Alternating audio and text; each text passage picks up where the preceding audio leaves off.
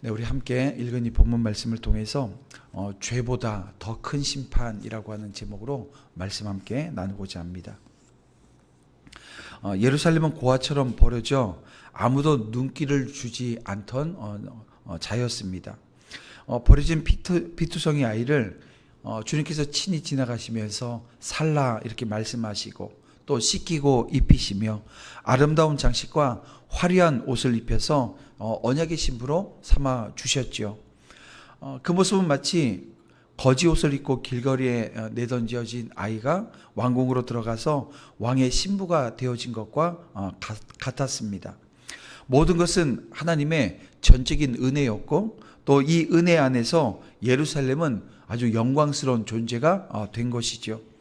근데 시간이 흐르자 이 신부는 주신 은혜로 기억하지 않는 거예요. 아름다움과 풍요로움을 자신의 능력에서 비롯된 것처럼 착각을 했습니다. 그래서 하나님 주신 금과 은으로 자신을 치장했지만 그것을 오히려 그 우상의 제단에 갖다가 바쳐요. 하나님의 보호를 믿기보다 눈에 보이는 강대국의 군사력 또 이방 신들에게 미혹되어진 그런 자리로 나아가 버리고 말았습니다.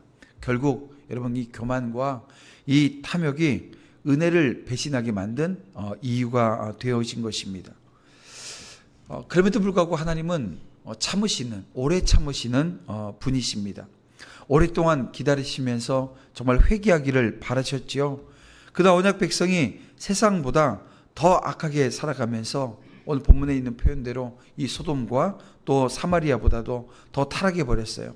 그래서 하나님의 이름을 욕되게 하고요. 그 하나님의 사랑을 조롱하고요. 은혜를 짓밟았을 때 하나님은 더 이상 침묵하실 수 없으셨습니다. 사랑을 모욕당한 신랑이 끝내 침묵하지 않듯 하나님은 언약을 반복적으로 배신하는 그 죄를 이제 공의로 심판하실 수밖에 없으셨습니다.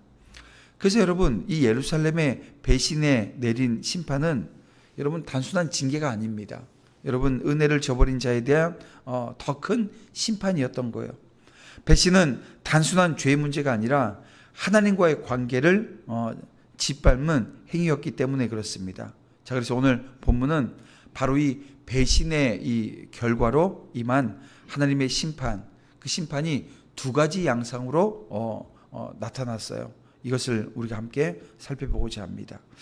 자, 이 첫 번째는 이겁니다. 하나님의 은혜를 당연히 여길 때 임하는 심판에 대한 얘기를 우리 43절까지 하고 있습니다. 여러분, 예루살렘의 가장 큰 죄는 그랬어요. 단순히 우상을 섬겼다는 데 있지 않았습니다.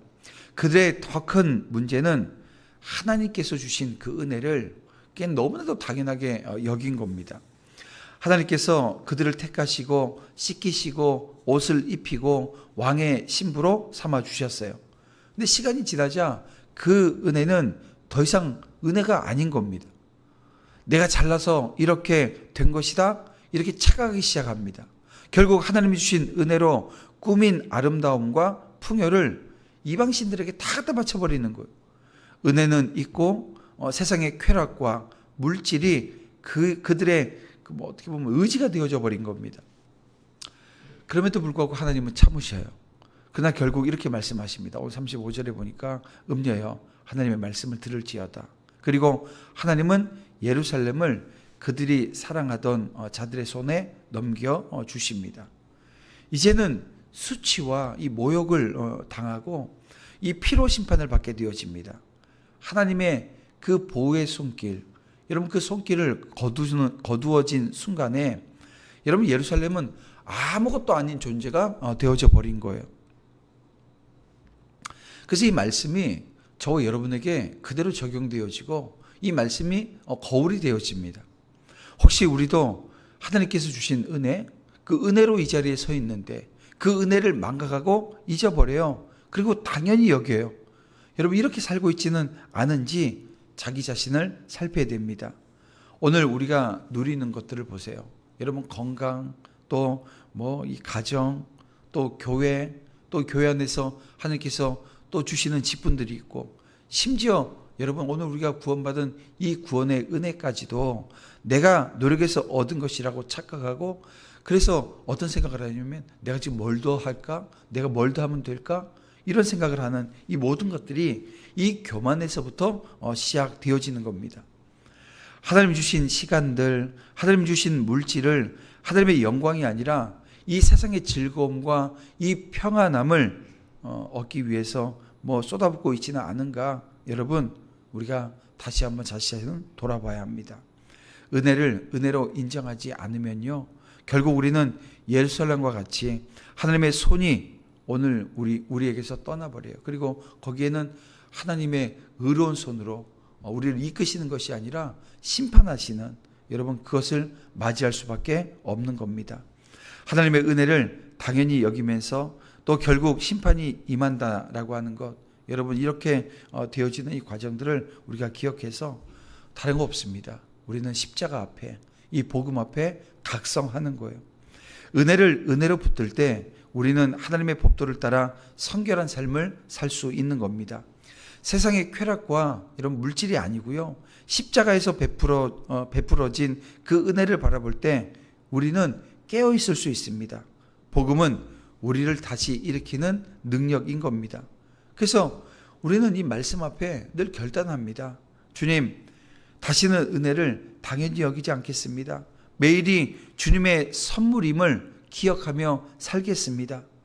세상의 쾌락과 물질을 쫓는 대신에 주의 법도를 따라 성결을 지켜 나가겠습니다. 십자가 앞에서 날마다 깨어 주님의 은혜를 붙들겠습니다. 은혜를 은혜로 붙드는 자리에 온전히 서겠습니다. 여러분, 우리가 이 주어진 말씀 앞에 참 많은 것들을 우리가 결단하고, 그리고 그 결단할 때 우리 주님께서는 기름 부어주세요. 성결케 하시고 그 자리를 지켜낼 수 있는 힘을 주세요. 성령께서 붙드시고 이끄시며 오늘 우리에게 새 힘을 허락하실 줄 여러분 믿으시길 바랍니다. 하나님의 은혜를 잊지 않는 것, 은혜를 당연시 여기지 않는 것, 여러분, 이 모든 자리에서 우리가 벗어나서 은혜를 은혜로 인정하며 복음 앞에서 늘 각성하면서 거룩과 이 성결의 삶을 저와 여러분 함께 살아낼 수 있기를 주님의 이름으로 축원함을 드립니다. 이 두 번째 이 양상은 이겁니다. 죄보다 더 큰 심판. 여러분, 이것은 수치의 심판이 될 거라는 겁니다. 이스라엘의 죄는 단순한 배신에서 그치지 않았습니다. 하나님은 속담을 인용해서 말씀하시는데요, 이렇게 말씀합니다. 이 어머니가 어떠하면 딸도 그와 같다 하느니라 라고 하는 이 말씀을 하세요. 곧 예루살렘이 사마리아와 소돔과 같은 길을 걸었음을 드러내시는 건데요, 그러나 더 충격적인 말씀은 이겁니다. 예루살렘은 사마리아보다 소돔보다 더 악했다라고 하는 겁니다. 여러분, 이 말 어떻습니까? 사마리아는 북이스라엘의 수도고 우상 숭배와 이 배교의 상징이었습니다. 소돔은 이 교만과 이 가난한 자를 멸시하고 음행에 빠져서 이 하나님의 심판을 받은 도시였습니다. 그러나 하나님은 말씀하십니다. 너는 내 형제보다 더 가증되다고. 여러분, 언약의 백성 예루살렘이 세상 누구보다 더 악해졌다고 지금 하나님께서 말씀하시는 거예요. 이것이 곧 죄보다 더 큰 심판이었습니다. 여러분, 하나님께 택함받은 백성이 세상보다 더 부패하게 되어질 때 그 심판은 세상보다 더 크고 철저합니다. 하나님의 은혜를 경험한 교회가 세상보다 더 탐욕스럽고 성도가 세상보다 더 교만하다면 여러분, 그야말로 이것이 더 가장 큰 수치요, 더 무서운 심판 아니겠어요? 심판은 단순히 멸망하는 것이 아니에요. 여러분, 세상에 조롱거리로 드러나는 수치, 여기에 있는 겁니다. 여러분, 오늘날 우리 교회는 어떻습니까? 세상은 여전히 교회의 부패와 탐욕을 지적하고 손가락질을 해요. 이 목회자와 성도의 타락은 세상의 언론의 주된 이야기거리가 되어져서 이 세상보다 더하다라고 하는 말이 여러분 조롱처럼 들립니다. 여러분, 이것이 바로 은혜를 배신한 자에게 임하는 죄보다 더 큰 심판, 여러분 수치의 심판인 것입니다. 자, 그래서 오늘 우리가 할 수 있는 건 뭘까요? 깨어 있어야 되는 거예요. 교회가 세상보다 더 거룩해야 하는 이유는 단순히 도덕적 우월감에 있는 것이 아니라 하나님의 이름이 우리를 통해서 드러나야 되는데 이게 가려지는 거죠. 하나님의 이름이 저와 여러분을 통해서 전해지고 그 하나님이 어떤 분이신가를 오늘 우리를 통해서 알려줘야 되는데 그게 가려지는 거예요. 성도가 세상보다 더 성결한 삶을 살아야 된 이유는 하나님의 은혜를 은혜되게 하기 위해서입니다. 사랑하는 성도 여러분, 죄보다 더 큰 심판은 은혜를 배신한 자에게 임해요. 그러나 십자가는 또한 죄보다 더 큰 은혜를 오늘 우리에게 보여주잖아요. 수치의 심판이 아닌 십자가의 은혜 앞에서 여러분 회개와 거룩으로 돌아오는 저와 여러분 되어지기를 주님의 이름으로 축원함을 드립니다. 말씀을 정리해 보겠습니다. 예루살렘의 죄는 단순한 우상 숭배가 아니에요. 하나님의 은혜를 당연히 여기는 여러분 그 배신하는 데 있었습니다.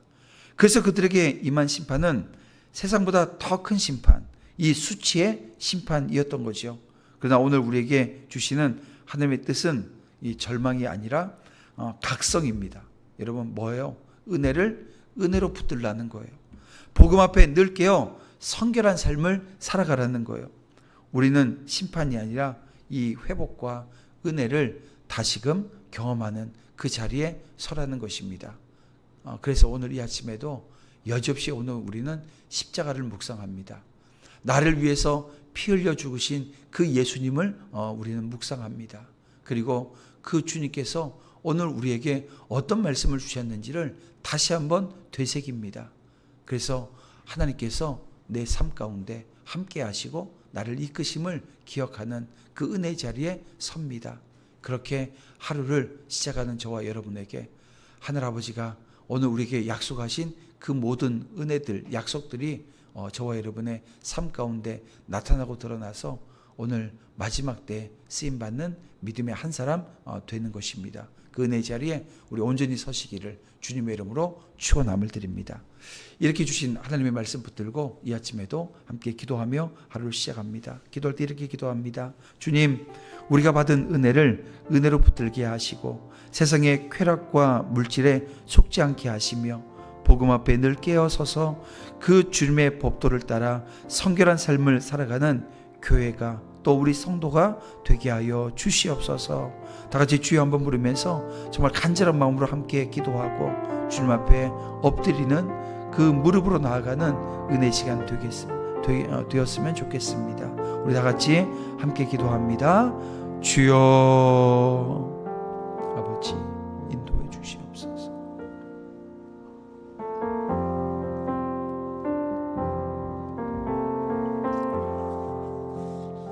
아버지 함께